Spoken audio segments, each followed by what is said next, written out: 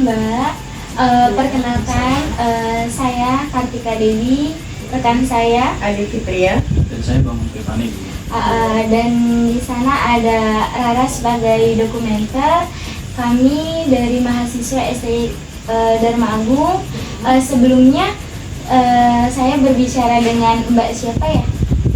Mbak Uta. Mbak Uta. Iya.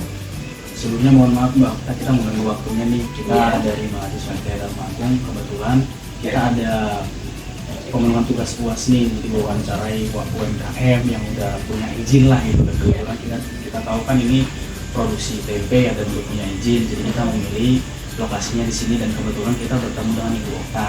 Iya. Kita sekedar kita ingin Mbak Okta boleh sharing lah ke kita nih gimana tentang usahanya seperti apa. Mungkin sebelumnya mungkin kita ada beberapa pertanyaannya Bu Okta ya, tapi sebelum kita pengen tahu nih Bu Okta sejarah perusahaan ini ada atau mungkin produksi tempe ini gimana sih Bu Okta, mungkin dari awal banget. Contohnya Mbak Okta dulu, saya punya cita-cita pengen punya produksi tempe dan akhirnya seperti apa sampai terus sekarang. Mungkin itu dulu Bu Okta pertanyaan pertama.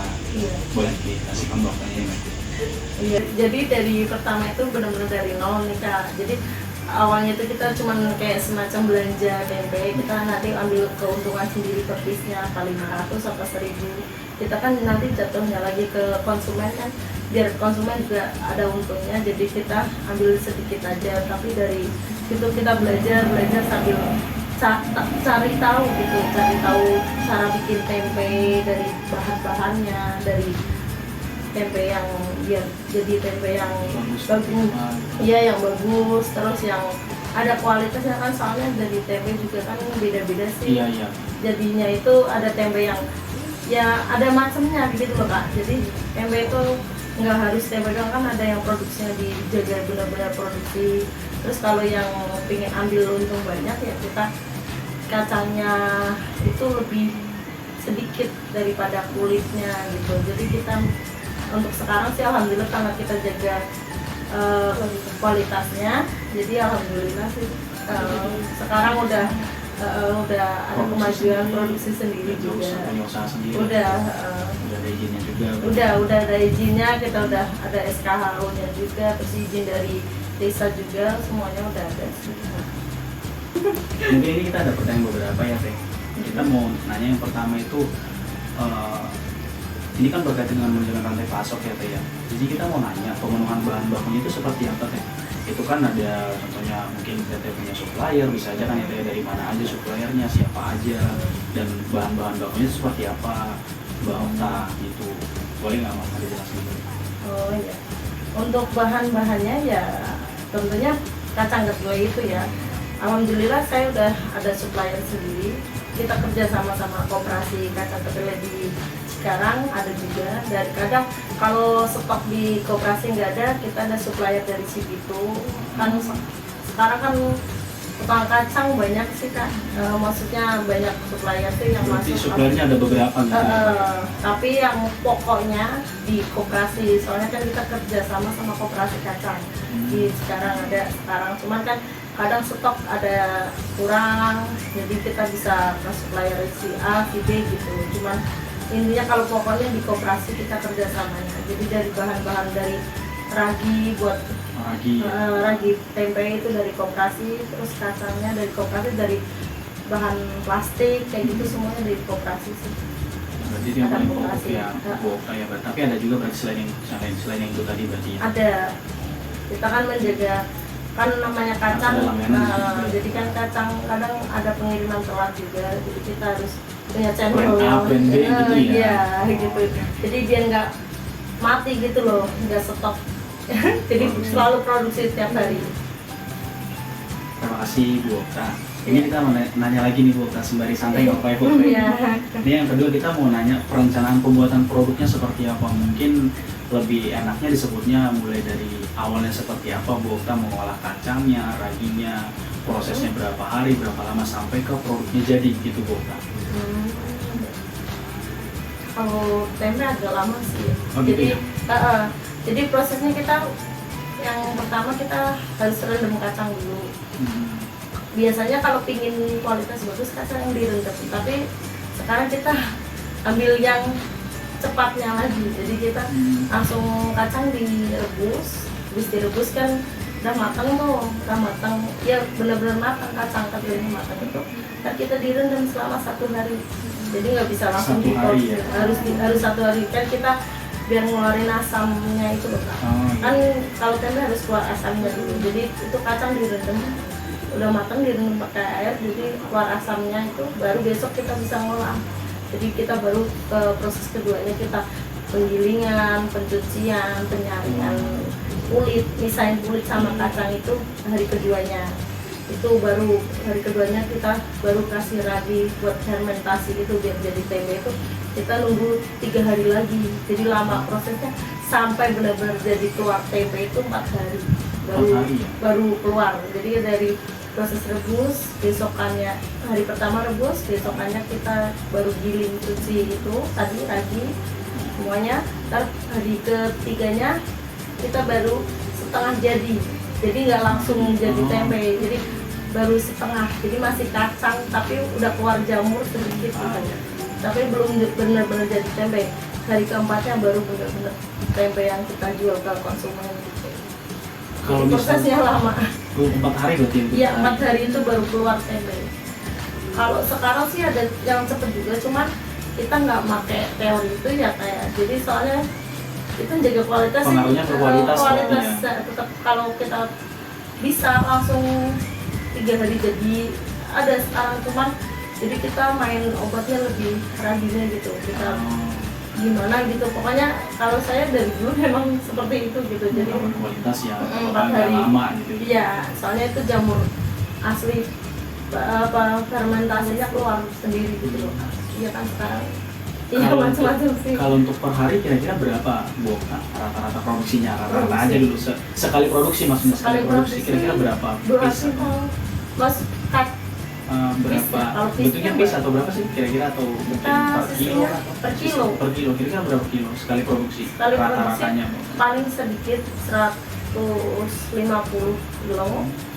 Ya banyak-banyaknya 200 kilo. Jadi sehari sekitar 1,5 kintal, kadang 2 kintal. Kan kita tergantung dari konsumen juga kan, soalnya kan kita kalau tempe kan harus kayak PO dulu gitu. Jadi kita ntar jual itu udah ada tempe gitu. Jadi kalau kita produksi banyak, kalau nggak ada pesanan susah juga. Jadi tapi memang kita tahu udah ada langganan. Jadi iya konsumen 1, 2, 3 itu kita udah tahu nih per hari dia minta berapa gitu. Jadi kita nggak pernah dilebihin gitu loh, yang dilebihin.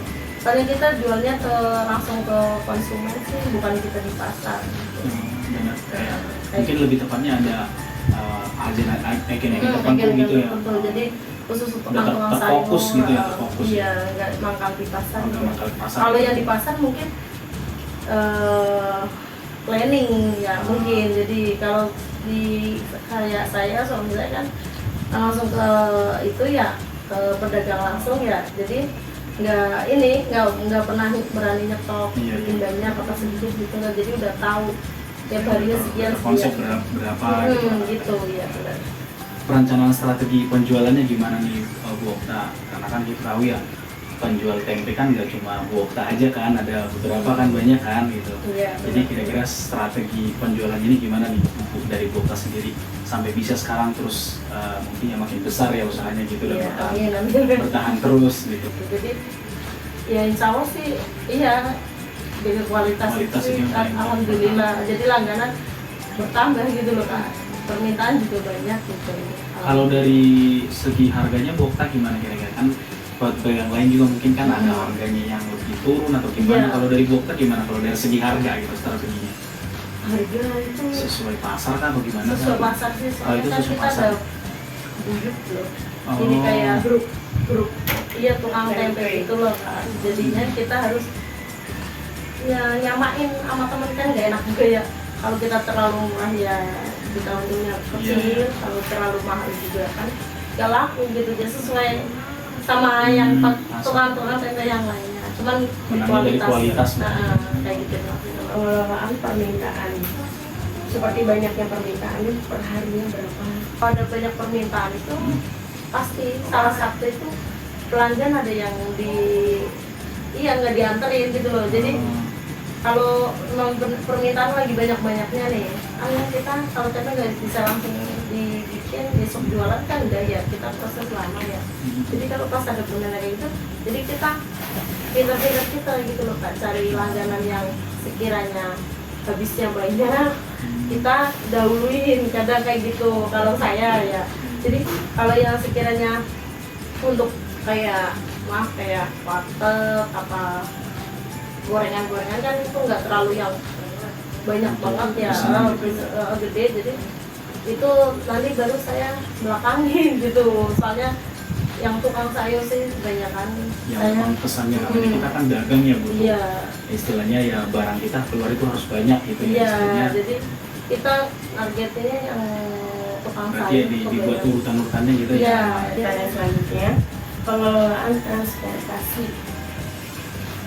kalau transportasi ya kita karyawan kan udah 4 ya, jadi untuk produksi sendiri ya gini, kalau di saya semuanya turun tangan semua sih. Oh, turun tangan. Nah, jadi kalau pas lagi bikin semuanya kerja, kan giliran sore nganterin kan kita nganterin ada sore, nanti malam, subuh sama pagi jam habis subuh sama sebelum subuh ada juga, jadi 4 kali nganter gitu. Dari itu berarti akan ada transportasi ya Bu Pak ya. Itu Iya. untuk biayanya gimana Bu? Dibiayai dari perusahaannya atau karyawan masing-masing ya? Dari saya, dari Oh, dibiayain. dari saya Bensin, diberbiayain semuanya. semuanya. Jadi karyawan tinggal nganter gitu Nganter, aja. ya. Jadi kita Fasilitas juga dikasih gitu ya? Udah, alhamdulillah sih ada. Dikasih ya. Dari semua, ya fasilitas dari motor, bensin, semua dari makan. Dikasih. Ya dari makan tiap hari, mandi, cuci baju semua dari saya. Difasilitasi. Iya, dari kita perusahaan. Berarti sistemnya alat transportasi yang digunakan itu milik sendiri ya, bukan Iya. menyewa jasa transportasi Iya. lagi enggak Iya. milik sendiri. Mengenai pengelolaan distribusi Bu Okta. Jadi di sini kami mau tahu nih untuk pendistribusiannya, apakah dari tempe-tempe itu udah sudah memiliki tempat gitu Mbak Okta, udah ada agen-agen tertentu untuk untuk kasih tempe-tempe itu gitu Mbak Okta, gimana dalam proses distribusi? Kalau itu ya udah ada ininya sih Kak, pelanggan gitu. Jadi kita ya kalau awalnya ya nggak ada ya, kita dari nol dulu. Iya benar-benar. Jadi kita kayak semacam kayak sama kita kayak SPG gitu marketing. Jadi kita nawarin ke toko satu, toko dua, kita sampai benar-benar kita punya langganan gitu. Turun tangan sendiri berarti yang nggak pakai langsung. jasa sales Iya, gitu. enggak. Dari awal benar-benar suami saya langsung turun tangan sendiri. Jadi kita nyari target gitu loh Kak. Kita ke toko, kita lihat kiranya ada tukang sayur, apa Toko-toko makanan lah, pokoknya yang produksi ada tempenya, kita selalu nawarin dari kayak gitu sampai ke langganan. sampai langganan. Jadi iya emang dari kayak gitu dulu kita marketing sendiri sih, nggak.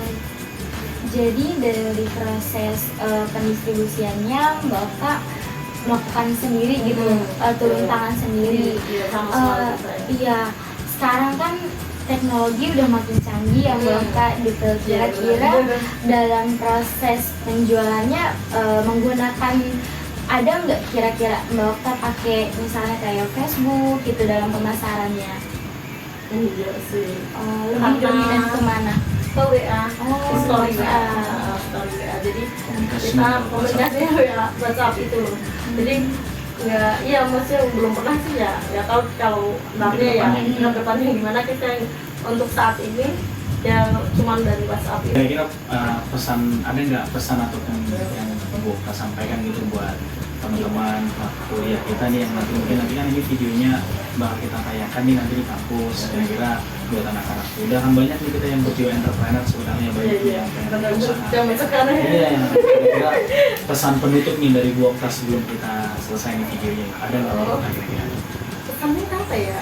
Pesannya ya, kalau saya nih ya, saya jujur dulu aja aku juga sama sih kayak kakak-kakak gini, maksudnya cuman satu, kalau aku itu sama suami semangat kerja, ya semangat kerja, pokoknya apapun itu yang belum pernah kita lakuin kita coba. Buat teman-teman yang punya jiwa entrepreneurship ya, jadi pesannya tadi yang pertama itu niatnya, yang kedua berani mencoba, yang ketiga itu pantang menyerah, coba terus gagal, coba terus dan Pasti ada jalannya. betul, jangan kebanyakan mikir dan harus Iya. punya pendirian yang teguh gitu ya. Benar itu itu harus, yang penting kita jujur jadi orang. Terima kasih banyak kami ucapkan yang Ibu Okta. Iya. Semoga sharing kita bisa bermanfaat untuk teman-teman semua. Dan terjalin silaturahmi yang bagus, Iya. serta usahanya Mbak Okta makin maju lagi, Amin. makin luas lagi pemasarannya ya. Amin. Mungkin itu saja teman-teman. Kami tutup. Wassalamualaikum warahmatullahi wabarakatuh.